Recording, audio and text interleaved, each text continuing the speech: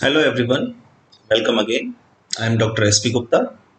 आज की वीडियो में हम to dimensional heat flow equation को सीखेंगे।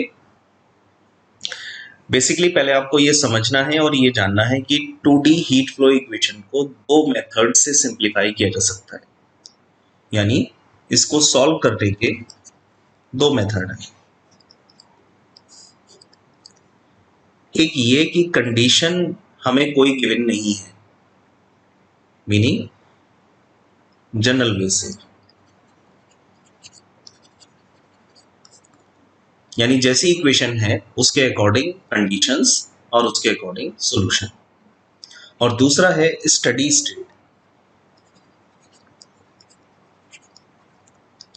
State condition. तो इस इक्वेशन को सॉल्व हम दो वे से कर सकते हैं। एक जनरल वे जो पीछे आपने सीखा है, जैसा अब तक सीखा है उसी तरीके से कि भाई हीट फ्लो इक्वेशन 2D में क्या होती है, इसमें कौन सा फंक्शन है, कितने वेरिएबल हैं, कितनी कंडीशंस हैं। सेपरेबल मेथड लगाया, सेपरेबल मेथड लगाने के बाद जनरल सॉल्यूशन निकाला और उसमें एक एक कंडीशन को अप्लाई करके फाइनल कंप्लीट सॉल्यूशन की तरफ। दूसरा वे है स्टडी स्टेट कंडीशन, यानी न्यूमेरिकल अगर हमें स्टडी स्टेट की कंडीशन देते तो वहां पर del you by del T is equal to 0। तो स्टडी स्टेट कंडीशन में ये 0 होता है, तब हम सॉल्यूशन को जनरल वे से नहीं कर सकते, यानी ये वे फिर फेल हो जाएगा। हम स्टडी स्टेट में ये सॉल्यूशन नहीं ला सकते। तो इस वीडियो में आप जनरल वे समझेंगे और इससे नेक्स्ट वीडियो में आप स्टडी स्टेट कंडीशन को समझेंगे। ठीक है, तो पहले तो मैंने इसको डिफाइन इसलिए किया है ताकि आप ये समझ पाएं कि 2D हीट फ्लो इक्वेशन दो तरीके से सॉल्व की जा सकती है, एक जनरल वे और दूसरा steady state condition. Steady state condition का मतलब है कि उसमें टाइम स्पेसिफिकेशन स्टडी है, उसी पोजीशन पर बना हुआ है, तो उसकी वैल्यू 0 होती है, del you by del T 0 होता है। ठीक, तो पहले इस वीडियो में आप समझेंगे कैसे कैसे हम इसको सिंप्लीफाई कर रहे हैं जनरल वे से। तो two dimensional heat flow equation होती है del you by del t left side में, और राइट साइड में c square del two u over del x square plus del two u over del y square. यहाँ पर function u कितने variable रख रहा है, 3 वेरिएबल रख रहा है, एक्स वाई एंड टी। ठीक, जैसा आपको दिख रहा है कि लेंथ x और y में सेकंड ऑर्डर है, तो 2 इससे मिलेंगे कांस्टेंट, 2 इससे मिलेंगे, टोटल हो गए 4 कांस्टेंट। तो 4 बाउंड्री कंडीशन है, 2 x में और 2 y, इनिशियल 0 और फाइनल a और b। ठीक, उसके बाद initial condition I del you by del T, जिसमें फंक्शन बनेगा, यानी t इक्वल्स टू 0 पर u of X by 0 equals to F X. And then इसके सॉल्यूशन को अगर हम फाइंड करें तो करने का सिर्फ वही तरीका है जो वेरिएबल सेपरेबल में आपने सीखा, कि हमने पहचाना u is a function of X by T, उनकी कैपिटल फॉर्म को हमने कंप्लीट सॉल्यूशन मान लिया। फिर इसको डिफरेंशिएट करके इन 3 डेरिवेटिव्स की वैल्यू को निकाला, जो कि निकल कर आए del two u over del x square x double y x double dash y t, del two u over del y square x y double dash t, और del u by del t x y t dash. इन तीनों values को अपने सवाल में रखने के बाद आपने एक्स बाई टी से डिवाइड किया, डिवाइड करने के बाद आपके पास ये फॉर्म। अब इस फॉर्म में आपने क्लियर वही काम किया कि सी स्क्वायर को आप डिवाइड में लेंगे, that means 1 upon C square T dash upon T equal to X double dash upon X plus Y double dash upon. पीछे वाले 1D हीट फ्लो ने आपको बता दिया है कि आपको वो वाला सोल्यूशन लेना है जिसमें कि आप टी इंक्रीज करें तो यू जो है वो डिक्रीज हो, तो वो मिला था नेगेटिव पर।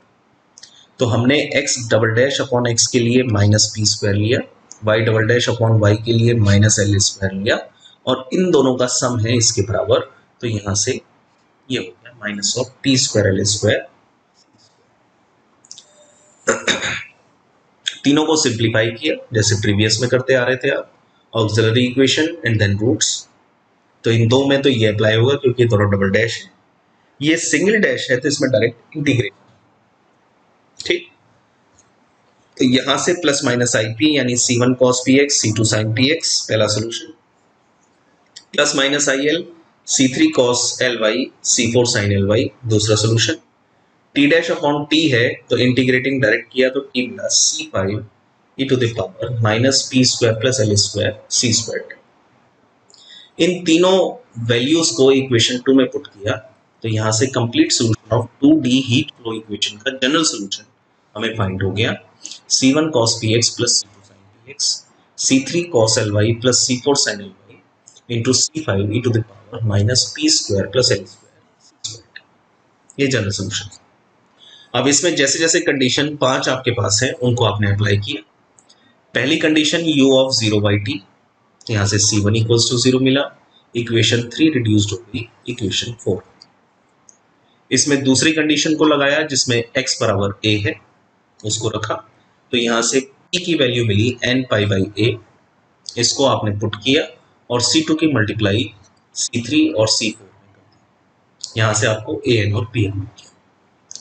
फिर आपने कंडीशन 3 लगाई, यहां से an इक्वल्स टू 0 आएगा, ये प्रीवियस में जैसे चलता रहा बिल्कुल वैसे ही इसको मैंने लिखा है, वैसे इसको कराया ताकि आप एक कंसेप्ट से हर तरह के सवाल को सॉल्व कर सकें।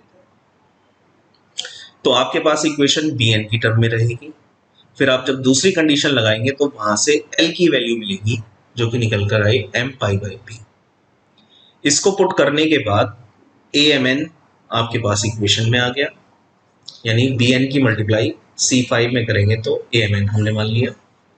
और ये जो बनकर आया इसमें जब फिफ्थ कंडीशन लगाएंगे तो फिफ्थ कंडीशन लगाने पर ये हाफ रेंज साइन सीरीज बनेगी डबल फोरियर सीरीज, जिसमें amn को फाइंड करने का formation 4/ab 0 to a 0 to b just like 2D wave equation, ये आपको मिल गया। तो यहां से क्योंकि 5 ही कंडीशन थी, 5 निकल चुकी हैं, तो complete solution of 2D wave equation आपको मिला दिस वन, ठीक। और amn जहां पर आपको ये, तो अभी आपको क्लियर हो चुका होगा, ठीक। तो ये था सॉल्यूशन, कैसे इसको निकालना। तो इस वीडियो में मुझे आपसे बस यही डिस्कस कर रहा था कि how to find 2D wave, 2D heat flow equation. तो इस वीडियो में हमने एक कंसेप्ट को लिया है कि how to find the general way to find the solution of 2 dimensional heat flow equation. तो इसको आप कोशिश कीजिएगा कि अपने हाथ से आप खुद निकालें। नेक्स्ट वीडियो में जो हम चलेंगे वो हम एक तो पहले स्टार्ट करेंगे हम कि स्टडी स्टेट कंडीशन अगर 2D हीट फ्लो इक्वेशन में मिल जाए तो उसको सिंप्लीफाई कैसे करते हैं। तो आप ये ध्यान रखें कि 2D हीट फ्लो इक्वेशन क्या होती है और इसकी 5 कंडीशन क्या क्या है, ठीक। नेक्स्ट वीडियो में मिलते हैं आपसे नेक्स्ट टॉपिक के साथ। Thank you.